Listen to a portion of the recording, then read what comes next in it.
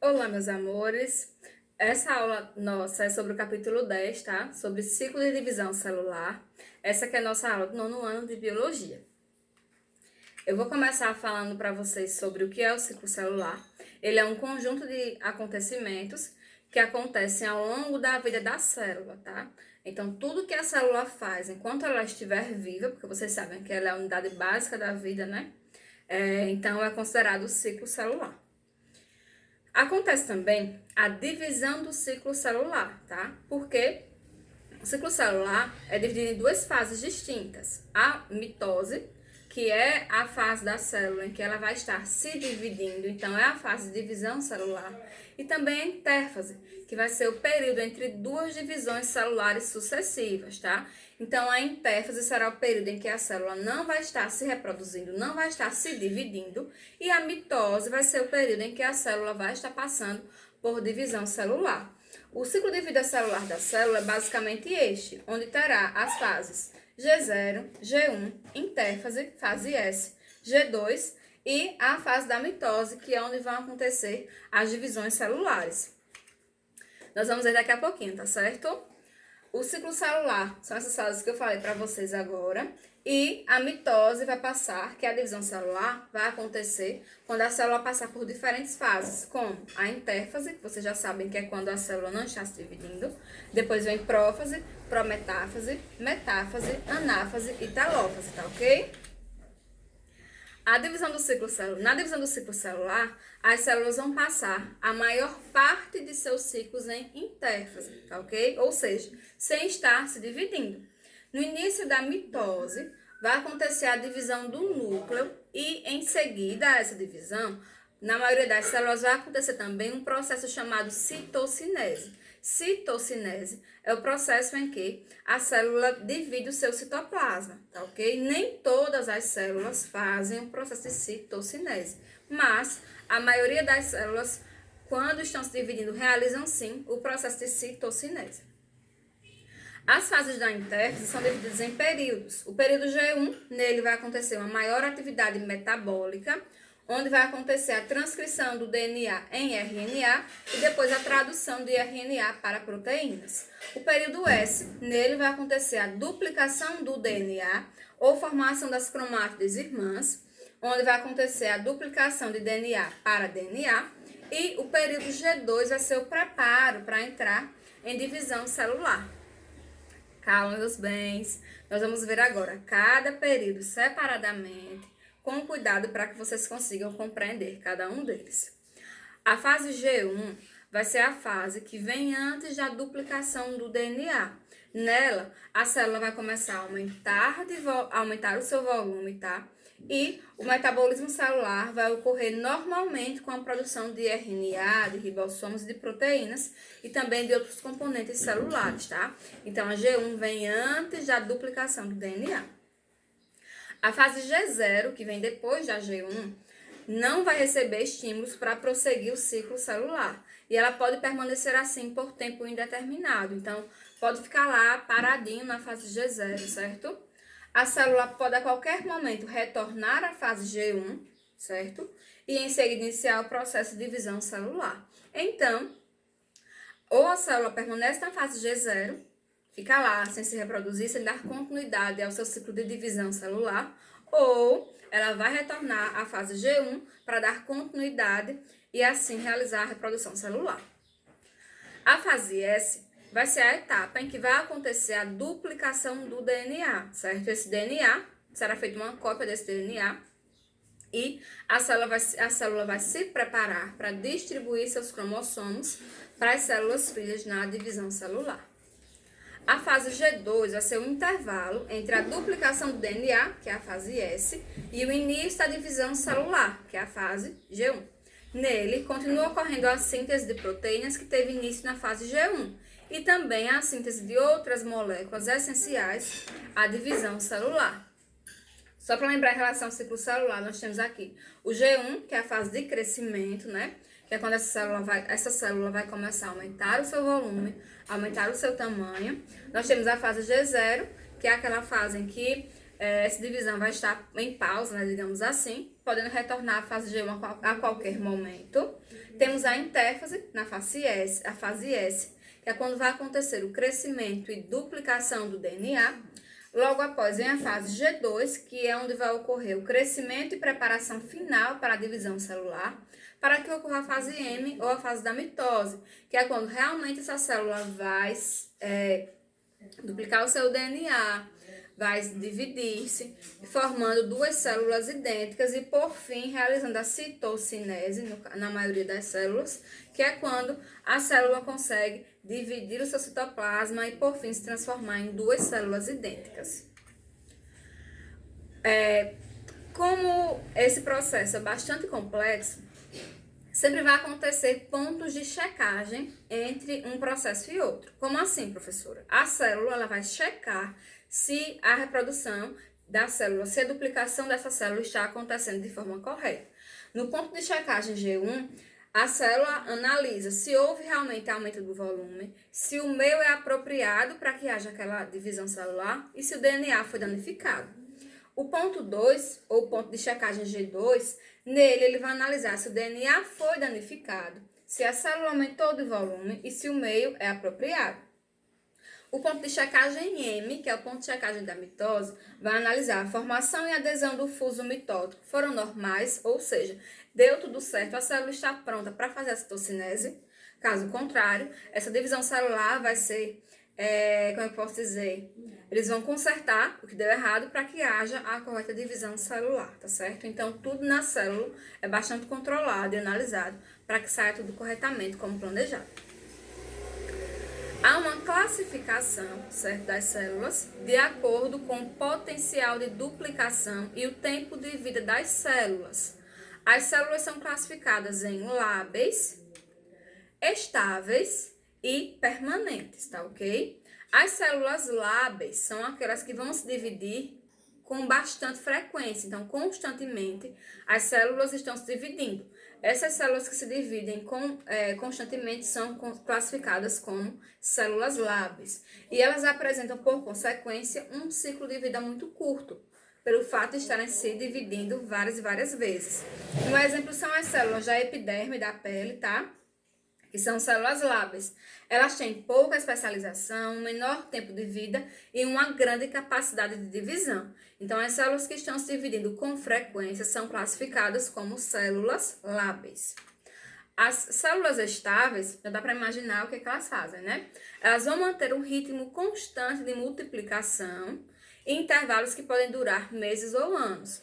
Um exemplo das células lábeis são as células musculares lisas, tá? Elas têm baixo índice mitótico, ou seja, não estão se dividindo com muita frequência como as lábeis, mas são capazes de proliferar quando são estimuladas, tá certo? Um exemplo são as células paraquimatosas dos órgãos glandulares, as células mesenquimais também, que são as células musculares lisas, que eu falei agora há pouco para vocês. Por último, nós temos as células permanentes. As células permanentes permanecem na fase G1, certo? Recebendo a denominação de G0. E um exemplo são os neurônios e células cardíacas, que não passam por divisão celular, certo? Os neurônios que nós temos hoje, atualmente, são os mesmos neurônios que foram formados quando nós ainda éramos um feto, tá ok? O processo de mitose, que é a fase M, ele vai ser o processo em que a célula vai se dividir em duas células idênticas, ou que a célula-mãe vai se transformar em duas células filhas idênticas, tá? No processo de mitose vão acontecer várias fases. A primeira é a intérfase, que é aquela fase em que a célula não está se dividindo, como vocês já sabem. Então, a primeira fase da mitose é a prófase. Depois da prófase vem a prometáfase. Depois vem a metáfase, a anáfase, a telófase e, por último, como vocês já sabem, a maioria das células realiza a citocinese, que é quando essa célula vai dividir o seu citoplasma, se transformando em duas células idênticas, a célula que o originou. A prófase ela vai ser a primeira fase da mitose e também da meiose. Meiose é diferente da mitose, vocês vão estudar meiose um pouquinho mais à frente, não agora, tá? Vamos focar um pouquinho na mitose. Na prófase, que é a primeira fase da mitose, os cromossomos eles vão se condensar, vamos mostrar a imagem para vocês aqui. Os nucleolos e a carioteca vai se desfazer, então o núcleo celular, a membrana nuclear vai se desmanchar, dispersando os componentes no citoplasma, certo? Então vai acontecer o início do rompimento da carioteca e o condensamento dos cromossomos na prófase. A prometáfase, ela vai ser o intermédio entre a prófase e a metáfase, que é a próxima fase. Nela, na região do centrômero, cada par cromático possui uma estrutura proteica denominada de cinetócoro. Observem aqui esses microtúbulos do fuso em polimerização, certo? O centrossomo ele começa a ficar na ponta aqui para poder organizar os cromossomos para dar início à próxima fase, que é a metáfase. Na metáfase, os cromossomos vão atingir um alto grau, certo? Um grau máximo de espiralização. Eles ficam bem espiralizados. Eles vão se acomodar na região mediana da célula. E essa acomodação na região mediana da célula recebe o nome de placa equatorial, que é justamente a região mediana, o centro exato da célula, onde os cromossomos estão dispostos bem alinhados, tá certo? Observe que os cromossomos estão presos nos centrômeros aqui, ó, que já estão cada um em uma extremidade da célula. Por que fica na região mediana? Para que quando haja a citocinese, quando essa célula seja separada, certo? Eles já estejam no local adequado para desenvolver-se e formar as duas células idênticas. Após a metáfase, vem a anáfase. Ana indica movimento ao contrário, tá certo? Então, nela vai acontecer a migração das cromátides irmãs em direção a polos opostos da célula. Gente, devem lembrar o que são cromátides irmãs, né?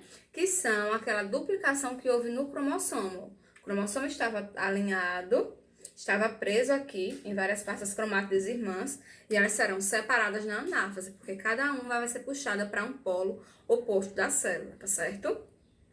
Cada lote de cromossomo irmã ou cromossomos irmãs é puxado para os polos opostos da célula. Após a anáfase vem a telófase, que em grego significa fim. Telos, fim, tá certo?